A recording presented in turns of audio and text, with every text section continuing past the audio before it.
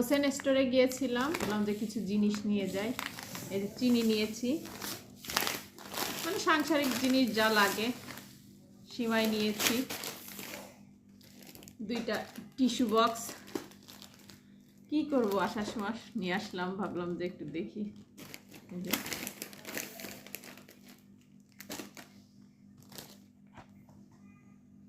ডোরিও দেশিটা,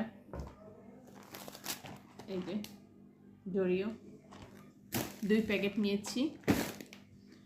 তারপরে এই যে লবণ,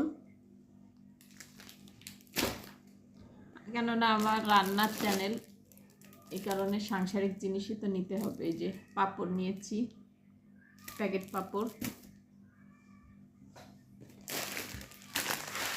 মেথি নিয়েছি,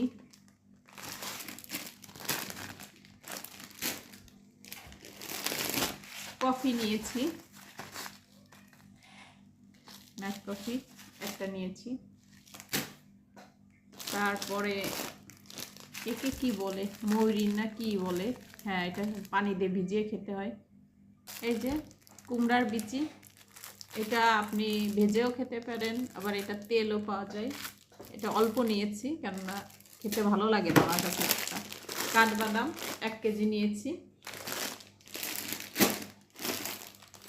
কিশমিশ 2 রকমের 3 রকমের কিশমিশ আছে। এটা হলো কাশ্মীরে, হোসেন স্টোর বলছে এটা কাশ্মীরের কিশমিশ, বিচি নাই, মিষ্টি আছে অনেক। দেখি কেমন খেতে লাগে। একটা নিডো নিয়েছি, তো আগে বাইরেরটা পাওয়া যায়, তো এখন ইদানিং বাইরেরটা পাওয়া যায় না, তো দেশিটাই নিলাম 1 কেজি। কাজু বাদাম নিয়েছি 1 কেজি। বিস্কিট নিয়েছি 1 বয়াম।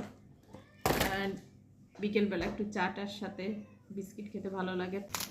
একটি পাত্রে সুন্দর করে রেখে দিই যাতে রেগুলার খাওয়া যায়। চোখের সামনে থাকবে একটা পাত্রে, তাহলে দ্রুত নেওয়া যাবে।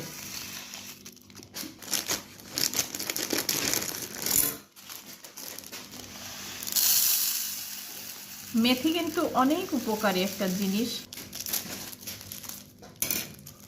এটা অল্প নিয়েছি, কেননা একটু গন্ধ হয়ে যায় বেশি দিন থাকলে।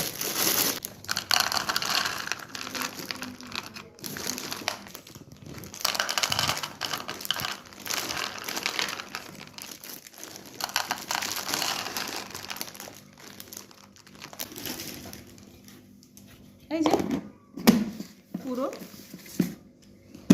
2-3 দিন তো এটা খাওয়াই যাবে। কাজু বাদাম কাঠবাদাম তো দ্রুত শেষ হবে, এইগুলো একটু লেটেই।